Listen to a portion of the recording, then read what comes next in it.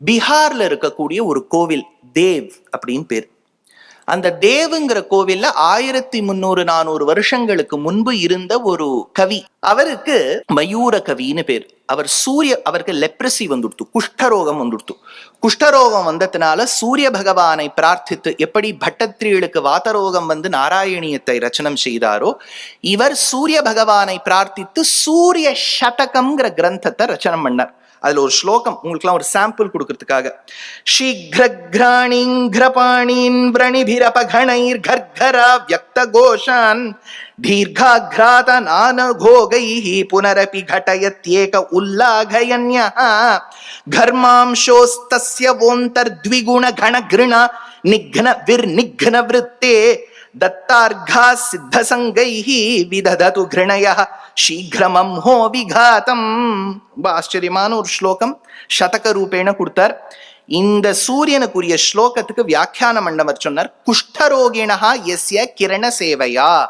எவன் ஒருவனுக்கு குஷ்டரோகம், அந்த காலத்துல leprosy was very common, skin disorder வந்தவா சூரியனுக்கு பிரார்த்திக்க வேண்டும். அதனால பாரத தேசத்துல பிராச்சீன காலத்திலிருந்து சூரியனுக்கு வழிபாடு செய்தால் நமக்கு நல்ல எனர்ஜி கிடைக்கும், நமக்கு ஸ்கின் ரோகம் போகும்னு இருந்தது. ஏன் இதை நான் ரொம்ப ஸ்பெசிஃபிக்கா சொல்றேன்னா, ஈரானை சார்ந்தவாளுக்கு அந்த காலத்துல பால்லவாள்னு பேர். பல்லவர்கள் வேறு, நமக்கு தமிழகத்தை ஆண்டு வந்த மன்னர்களுக்கு பல்லவாள்னு பேரு. இது பாஹ்லவ, PAHLAVA.